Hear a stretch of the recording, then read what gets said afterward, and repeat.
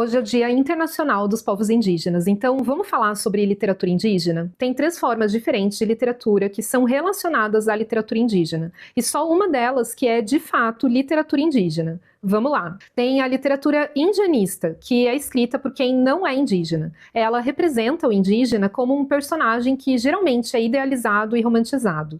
É o caso do José de Alencar, Gonçalves Dias. Tem a literatura indigenista, que também é escrita por quem não é indígena, mas busca estudar e retratar a cultura de perto, como antropólogos e pesquisadores. E um exemplo aqui é o Darcy Ribeiro. E, por fim, e de fato, a literatura indígena. Essa sim é escrita pelo próprio indígena. Ele é sujeito da história, não personagem dela. E aqui, atenção, se um autor não indígena escreve uma história sobre indígenas, isso não é literatura indígena. Se um indígena escreve uma história sobre qualquer assunto com personagens indígenas ou não, isso é literatura indígena, porque a literatura indígena, ela refere a quem escreve. E ela é dividida em 2 partes, a ancestral e a contemporânea. Na literatura ancestral, ela estava presente nos desenhos, nas músicas, nas orações, nas cestarias, em todas as formas de registrar, transmitir e guardar conhecimento, sem depender da escrita alfabética. E o que a gente chama hoje de literatura indígena contemporânea é a mesma tradição, só que agora também passando pela escrita alfabética e pelo livro impresso, por exemplo. Toda essa discussão sobre o que é literatura indígena, infelizmente, é um debate relativamente recente.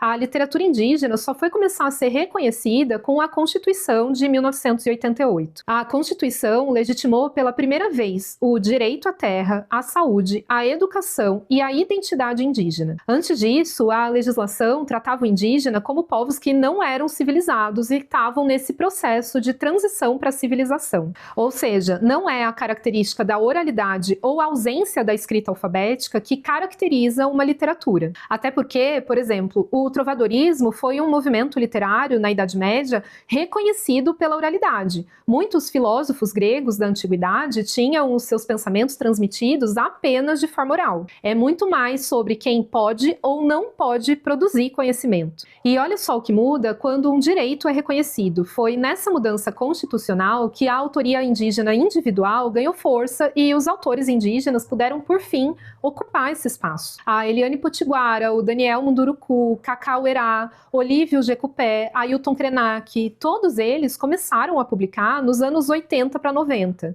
E isso não é uma coincidência de geração, é uma consequência de reconquistar um espaço para poder existir. Antes, a literatura indígena era oral e coletiva. Hoje, ela também existe de forma individual e escrita, mas a literatura indígena sempre existiu. Então, nunca foi por falta de literatura, era por não ter o direito de produzir, conservar e transmitir os próprios saberes.